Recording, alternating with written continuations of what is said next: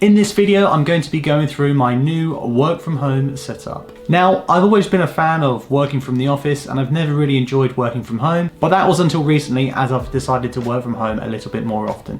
As I run my own business and work for myself, I'm fortunate that I can work from wherever, so I thought it might be a good idea to get a decent work from home setup as I've never had one. In this video, I'll give you a breakdown of everything I use, why I use it, and roughly how much it cost. If you have any suggestions on what I can do to improve my work setup, I would love to hear it, so comment below and let me know what you think I can do to improve things. Okay, first up, I work from a HP laptop, which is about 2 years old. I don't really know too much about the specs or what really makes a good laptop, which is surprising considering I work in the tech sector. I did used to have a MacBook Pro a long time ago, but I just never got on with Mac, so I decided to go back to Windows. Now, I like to make sure that I can see what I'm doing as I spend a lot of time looking at CVs and emails as I'm a self-employed tech recruiter. A monitor was actually the first thing that I brought after going self-employed, besides my laptop, because I wanted to make sure I could see what I was doing. And from there, I slowly built out my tech from there. Next, we have a Dell keyboard.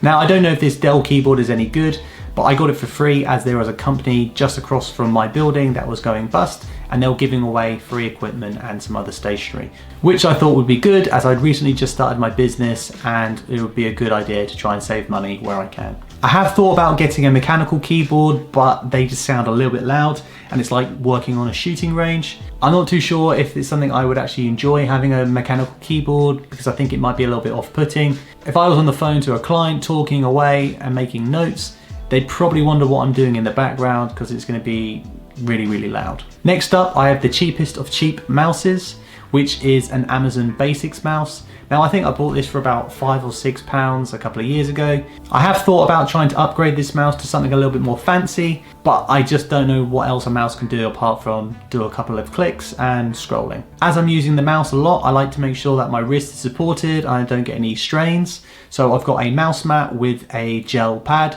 just to try and make sure I don't strain anything or have any kind of wrist ache. Now, this mouse mat is very comfortable and it only cost me £5 off eBay, which I thought was an absolute bargain. Now, as you can see, I've got a couple of stands for my laptop and my screen. This is just to make things a little bit more comfortable and so that I don't strain or hurt my neck from looking up or down or having to twist my head, just to make sure that I can do my job. Now, the laptop stand, that came from eBay and that was around £10. And the monitor stand, that came from Amazon, I believe, and I think this was around £15. Now, I didn't want to spend a load of money on this because I don't think there's that much joy you can get from a laptop stand realistically. Maybe I'm wrong, but I just didn't see the point in spending any more money. When I'm working, I tend to listen to music quite a lot and also make a lot of phone calls. So I have 2 sets of headphones, one of which is a fairly cheap headset with a microphone that I will do for calls and maybe listen to a little bit of music.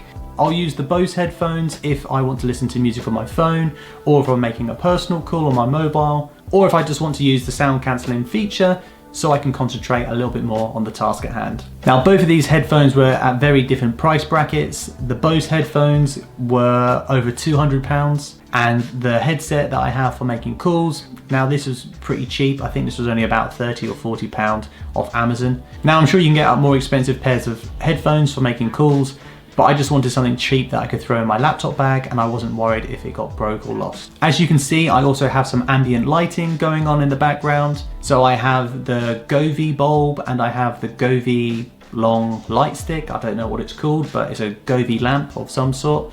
Now, this was a little bit more expensive and doesn't really add much apart from a little bit of fancy lighting and making the room feel a little bit more cozy. Now, the Govee bulb was around £60 or £80, I can't remember exactly, but I put this into a nice black IKEA lamp, which I think looks really good.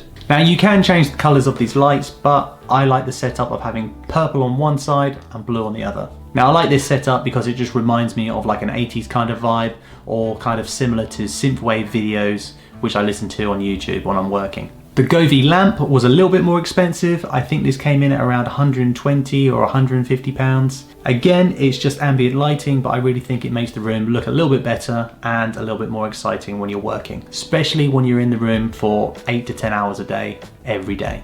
Now, it's not all work. I do have some other things on my desk which makes it feel a little bit more homely. So I have some pens and a notepad. I have a marker pen. I have my glasses. and I also have my watch for my wife. There's a couple of books that I have on my desk as well, which I'm meaning to read, some of which I will take a break and read for 10 minutes if I have the time. But at the moment they're just for decoration, as I haven't had a chance to read through them. The only one I have read is Never Split the Difference by Chris Voss, which was a really good book on negotiation, which is something I tend to do every day in my job. I also have a small whiteboard next to my desk so I can make notes, or I can put targets or financials or whatever it is, something that I can change easily, just so it's there and it's a little bit more visible and easier for me to see. I also have a notebook on my desk which I like to write in every day, so I like to start the day with a to-do list, and these are the things I need to get done, otherwise I can't leave my desk. Well, obviously I can leave my desk, but it just feels good to get them done before the end of the day. There's something about just highlighting the stuff that I get done in the day that just feels good. I don't know what it is, but it definitely makes me feel like I'm being more productive and I'm actually getting things done. At my office, I have a much bigger desk which I work from, but at home, I just have a small Amazon Basics desk. Now, it isn't pretty, but it does the job. So if anything, I would probably swap this out for one of my other desks, or just get a desk that is a little bit longer, because sometimes I do run out of room and it would be nice to have a little bit more space on the desk. But for a cheap Amazon Basics desk, it's done a really good job over these years. Now, I'm not 100% sure what this chair brand is, as it is my wife's desk chair, but the office chairs I have that I work from are much bigger and have a headrest, which I prefer. But just for the sake of ease and transport, I thought I'd use the one that we already had in the house. It seems pretty comfy, but I must say, I do prefer a chair with a headrest. Now, I'd love to know what brand this chair is, because I think it's actually really good.